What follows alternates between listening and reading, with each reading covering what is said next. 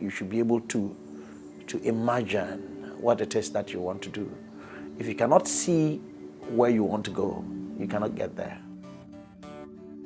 First, we have to recognize that what Professor Addo has done is phenomenal. It's very, very new, it's very creative. Why? Because when you see the module that he's got, it does two things. First, it recognizes current problems we have in our nation. And at the same time, provides a solution to it. So that the people or the nation can develop in a very holistic way.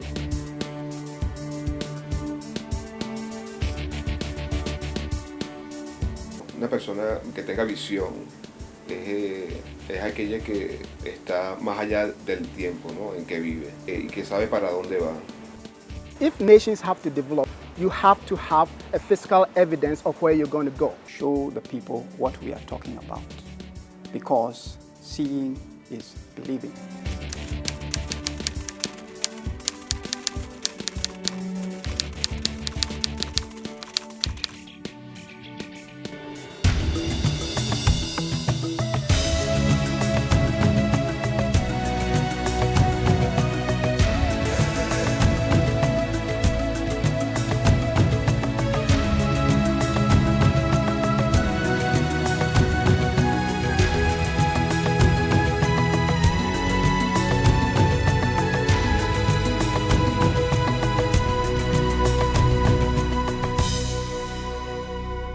Look at what's going on in Africa. Everybody promises the moon, right?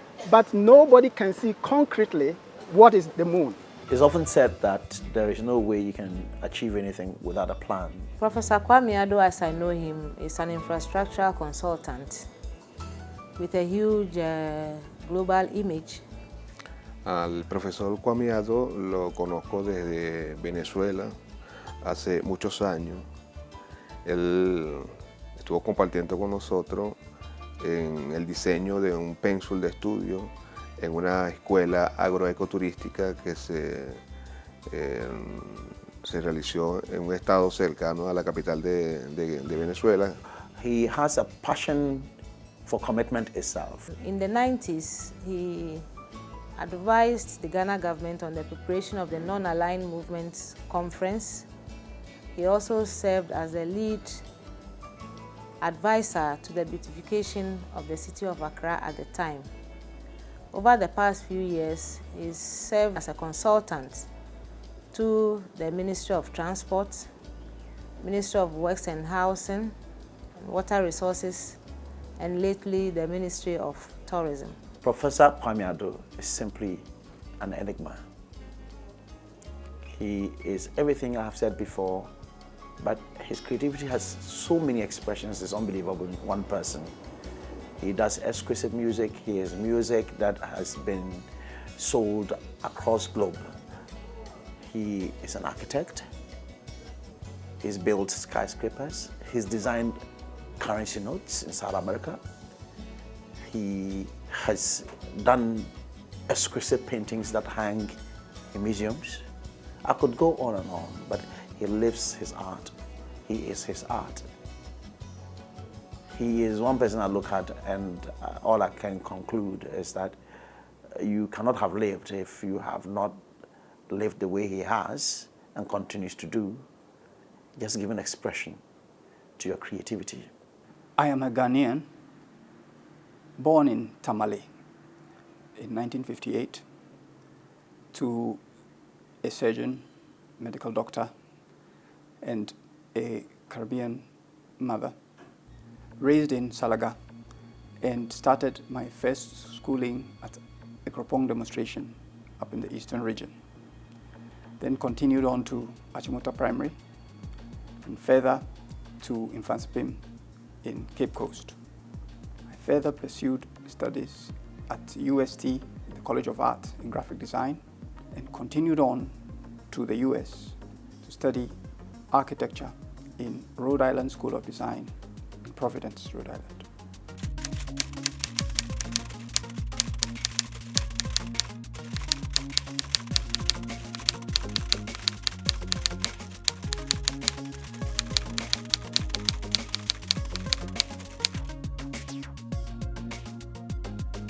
El profesor Kwame Addo nos sugirió en aquella oportunidad, en el diseño del pensu, que había la necesidad de crear algunas áreas bien específicas del pensu, pero que se adaptara a la realidad del entorno. Kwame is committed to his art, is committed to his design, is committed to his creativity, is committed to his expression.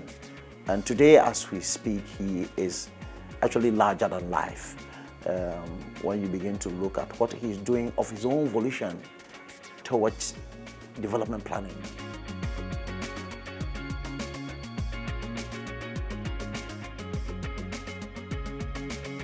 My area is innovation, and one of the areas that I focus on is helping governments innovate in terms of national policies and all that. And fortunately, I got a chance to meet him, and I went to his home, and he showed me that model. And all of a sudden, I think we had a straight meeting of minds.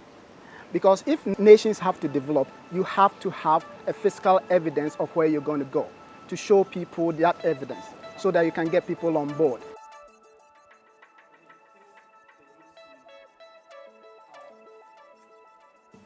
An architectural model is very important for decoding a dream, an idea, or vision. It helps us immediately understand scale, and it gives us also the broad framework of the spatial distribution of whatever we are trying to show. Models help us to quickly understand the surrounding areas which are going to be developed, but at the same time, it makes us quickly understand the relationships between all the different sectorial plans or elements which occur in a plan, such as the road networks, housing, commercial areas, recreational facilities, etc., giving all the sectors a very important role to play from day one. The model sums up all the different factors, and then we can understand both volume and two-dimensional forms at once.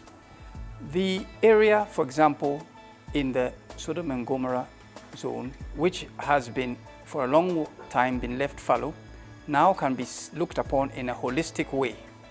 This holistic manner tells us that we can now see why a waterway which runs as the lifeline or bloodline to a city can start to define and shape the city's life. It helps us also to communicate between the people involved in developing it, that is the technical staff, and also the clients who would eventually be using these spaces. Architectural model actually keeps alive the dream and hope, and it shows us, and it is living evidence of the physical formation of what can happen.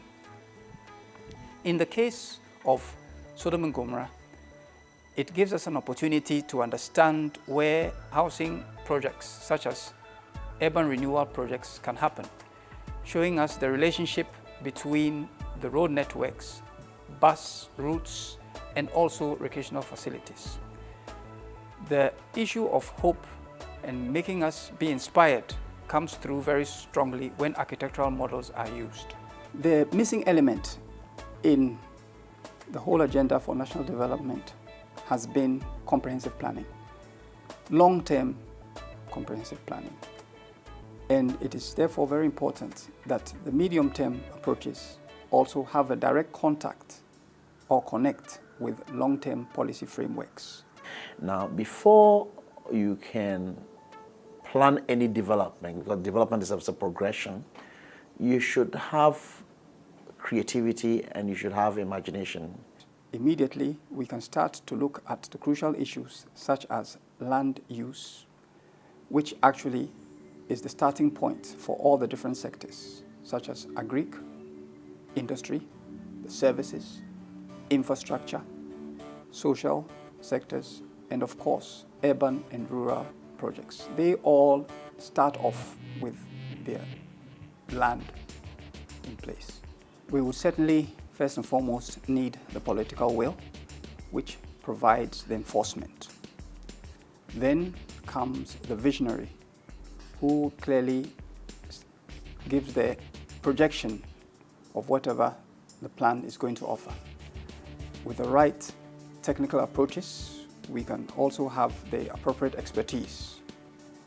Then we have the logistics, which would provide the financial formulas, both material and also human.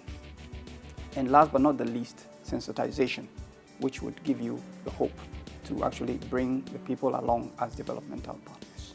How do we market this vision, this future, across the country so that people will start to know that this is what we want as a nation? Yes, it's true, sensitization is critical, and you can do sensitization in various ways, through the media, through films, through visual products or programs. And depending on the level of education or enlightenment of the people, one can decide or determine which way to do it. But how to do it differently is to ensure that the people are carried along. They are a part of the decision-making process and a part of the plan development and implementation process. So that is how differently we should go to ensure that everybody is brought on board. So that, to me, is a process by which you can enhance people's understanding and demand forcefully government to take action, because they know this is the best future that we can get. So why can't we do it? So it shapes the aspirations, it becomes a social contract between them. It also provides very strong discipline. Now, discipline in terms of government and discipline in terms of people. It is clear that we have been going down a path, and with all the opportunities which have been presented, we have clearly seen the pattern of events. It is therefore important for us to take a more integrated approach, comprehensive look at what we are doing. It is very vital that the interactive approach is going to bring on board all the different stakeholders, so that when a plan is being implemented from the beginning, it can be understood. Ghana is about 53, 55 years old since independence. Now, if you look at some of the infrastructure projects that were existing 25 years ago, 30 years ago, a lot of them are dilapidated. A lot of them are not functioning. Take your railway line, it's not functioning.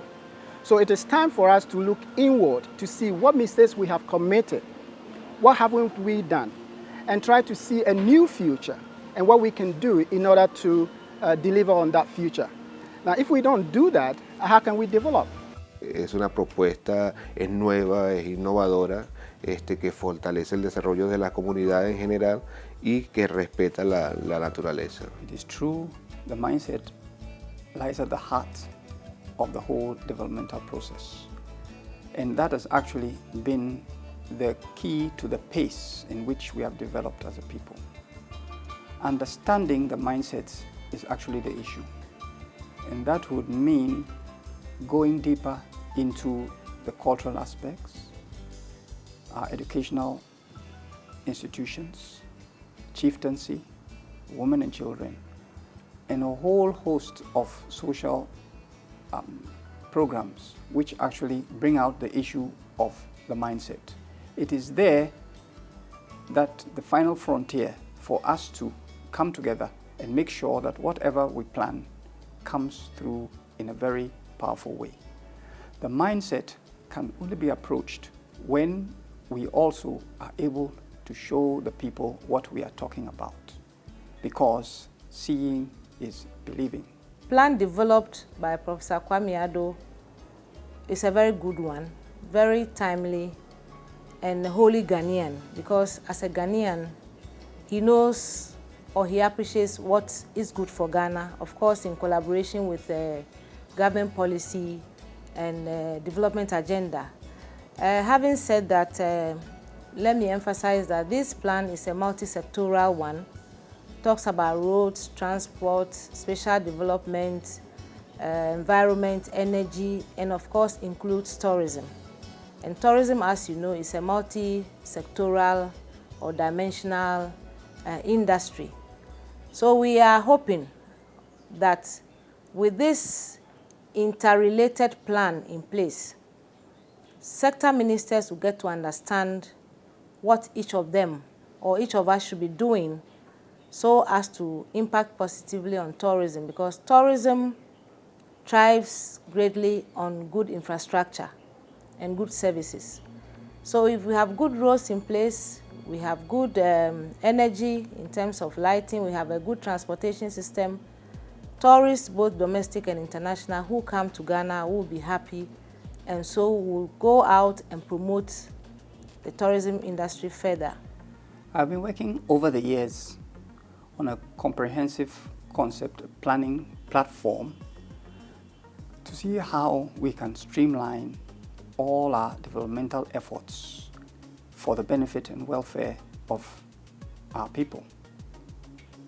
This idea is trying to illustrate Ghana's broad spatial development process to be able to begin to harness and synchronize socioeconomic development with the mindset and, of course, with all our infrastructure programs, projecting a clear vision to the private sector and the public sector over the long term. Other countries around the world, they look at their previous situations, their current situations, and I'm mentioning China. They were worse off. But because they have a vision for a future. You go to Shanghai today, you can see how a plan has been laid out for the next 50 years. Now, to me, that provides an inward expression of people's aspirations. And that is the way you develop a nation. Because through that, you get people's commitment. You got people's creativity to come to bear on what you want to do. Bien, con él hubo la posibilidad de que realizara un proyecto que se llamaba Parque de las Américas. En aquella oportunidad no cuajó la cuestión, puesto que era a cambio de Ministerio de Turismo, que era el ente que estaba escrito ahí, que se diera la posibilidad de desarrollo de esa propuesta del Parque de las Américas, que recogía obra bien importante del continente americano, como las pirámides de México, como el lago de Titicaca, como el Salto Ángel y el Pico Bolívar, por decir algunas cosas. To have vision is to be able to anticipate what is ahead. To have a vision means you have to plan. You need to be able to understand that whatever it is that you must embark on, you must be able to first visualize it. You should see it in your mind's eye. You should have a certain projection. You should be able to imagine what it is that you want to do. This project tries to move away from the written and spoken vision to the vision that is visible to all. It is therefore a fundamental component of this project, which intends to show how this vision looks like for everyone to appreciate it in its right light. It comes in 3 different formats. Of course, a vision has to be decoded, and from that decoding comes up a 2-dimensional map, which is taking the form of a blueprint or a roadmap to projects and programs which a nation can develop in an orderly manner towards the long term. This is all represented in a map which clearly now would locate all our natural resources and all the sectorial master plans, making sense of everybody's work, but at the same time inspiring the nation and showing a brighter future. The second component is a documentary or a DVD or a PowerPoint presentation, which actually brings everybody on board, explaining all the different facets of how a vision is developed and how everybody can have a role to play in it, so that we can all see it and feel it. And today, as we speak, he is actually larger than life. When you begin to look at what he's doing of his own volition towards development planning, you need to see the awesome things that this gentleman has done and continues to do. So far, I think that Professor Kwame and the ministry have worked very well. He has inputted into the National Tourism Development Plan, Master Plan that was recently reviewed. In fact, we are compiling the final report.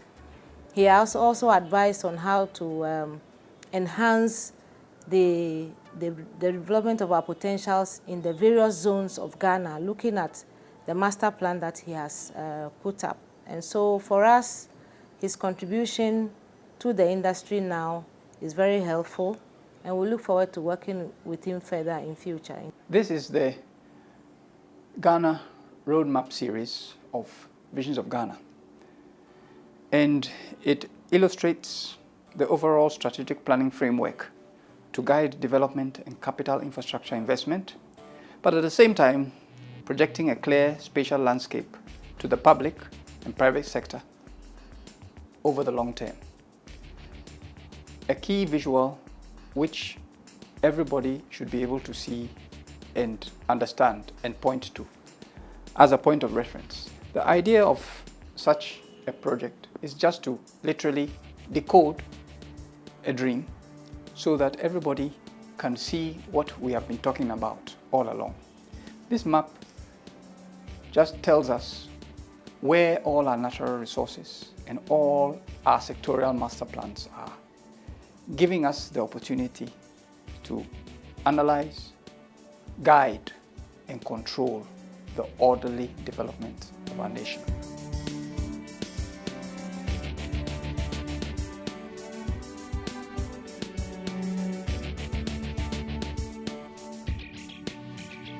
Profesor Kwame Addo, que si se implementara como modelo, pudiera ser un modelo que se implementara en todo África, pero que habría que buscar la necesidad de buscar apoyo, ¿no?, con regiones como en este caso Mercosur, UNASUR o el bloque de los países chinos o de Asia, con la finalidad de llevar a cabo y ejecutar esa propuesta.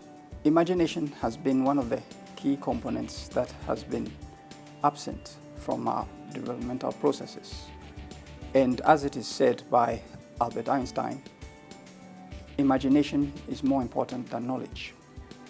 With all the information we have, which is solidly embedded in all our aspects of development, we now tend to see how we can harmonize imagination through creative approaches to enhance our developmental process. It also provides two other things, which I think is very critical in nation building. One is transparency. If it becomes a social contract, if people know that this is what we want, and politicians promise this, then people will hold them accountable to deliver on that promise. Now, but if you don't have a vision, and if you don't have that future, nobody can hold you accountable for anything. So I think African countries should always try to do something like this. It is beneficial to Ghana, and I'm sure it's beneficial to Africa if we decide to follow that route. The Visions of Ghana concept is supposed to look inward to understand and bring on board all the stakeholders and people of the land, the custodians of the land. It clearly starts to bring Africa into a better light in its totality when it presents a common front in terms of its developmental plan. A long-term plan for Ghana is extended to all the other countries, and also eventually Africa having one plan. And then it can then compete far more effectively on the global stage. That would mean that through this plan, the natural resources would not only be dwindled or taken away, but would then be harnessed to bring the needed jobs, factories, and technological know-how so that the country and the continent as a whole can see itself shining once again. Visions of Ghana, she's like no other. Speak out for Ghana, for good words renew her. Of the best, from the north to south, we are all in the house,